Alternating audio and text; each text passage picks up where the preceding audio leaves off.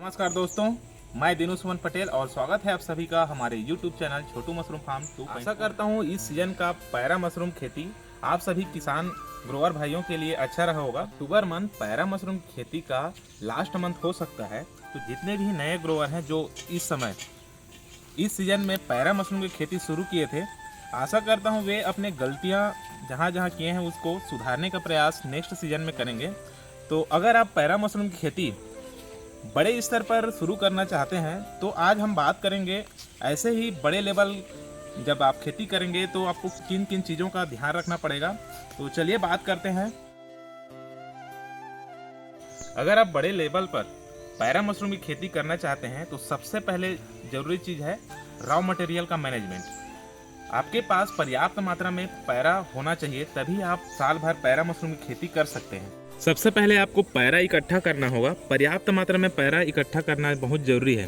वो भी पैरा आपको बरसात के फसल का पैरा इकट्ठा करना होगा। इकट्ठा करने के बाद आपको ऐसे जगह का चुनाव करना है जहां पैरा सुरक्षित रहे और पैरा को ऊपर से पॉलीथीन कवर कर देना है ताकि बरसात के पानी से ना भीगे। पैरा का मैनेजमेंट करना बहुत ज़रूरी है। इसके बिना आपको पैरा मशरूम के खेती में बहुत से दिक्कतों का सामना करना पड़ सकता है। दूसरे नंबर में आता है वर्किंग सेट। इस प्रकार से आपके पास एक वर्किंग सेट होना चाहिए जहां लेबर अच्छी तरह से काम कर सके, ताकि आपका काम कंटिन्यू रहे, चाहे बरसात हो चाहे गर्मी हो, आपका काम रुकना नहीं चाहिए। वर्किंग सेट आपका एस्बेस्टस सीट का भी हो सकता है, या फिर आप टेम्पररी तिरपाल या फिर शेड नेट से भी वर्किंग सेट बना सकते हैं। वर्किंग सेट के अंदर पर्याप्त मात्रा में जगह होना चाहिए ताकि आपको बंडल बनाने में ही आसानी हो। बंडल को बांधने के बाद बंडल को काटने का भी व्यवस्था होना चाहिए। बंडल कटने के बाद बंडल को स्टोर करने का भी व्यवस्था आपके पास होना चाहिए। नेक्स्ट हम देखेंगे आपके पास स्टरलाइजेशन के लिए इस प्रकार का एक पक्का टैंक होना चाहिए, या फिर आप प्लास्टिक ड्रम का भी यूज कर सकते हैं।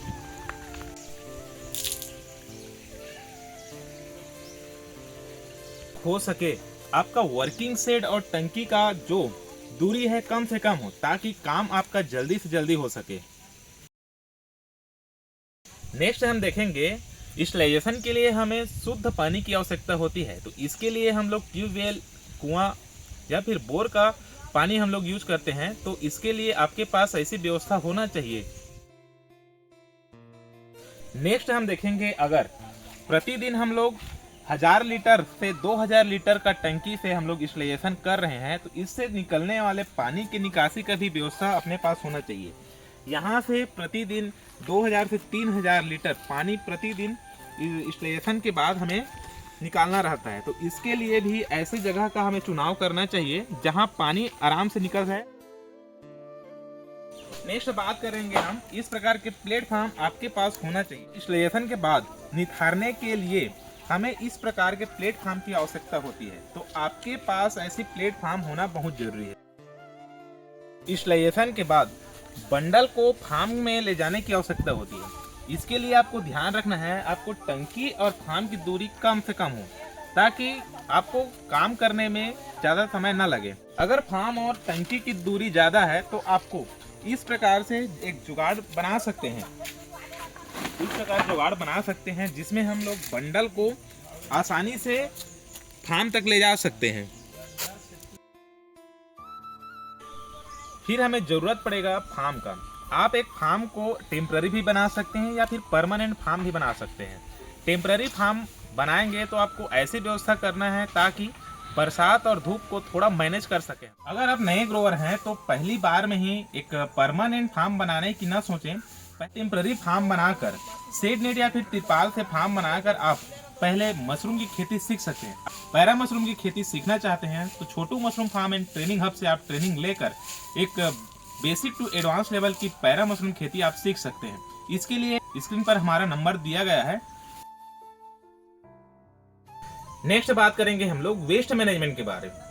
बेड से मशरूम निकलने के बाद जो वेस्ट बचता है वो मैनेज करने के लिए आपके पास एक पर्याप्त जगह होना चाहिए। आपके पास इतना पर्याप्त जगह होना चाहिए ताकि जितना भी वेस्ट पैरा निकल रहा है उसको इकट्ठा कर सकें, और इसे इकट्ठा करने के बाद हम लोग इसको डीकम्पोज करके या फिर हम इसे वर्मी कंपोस्ट में बदलकर एक्स्ट्रा इनकम हम लोग कमा सकते हैं। पैरा मशरूम की खेती में सबसे बड़ी समस्या आती है स्पॉन के बाटल, जिसे तोड़कर हम लोग स्पॉन निकालते हैं तो सबसे बड़ी समस्या बनकर सामने आता है।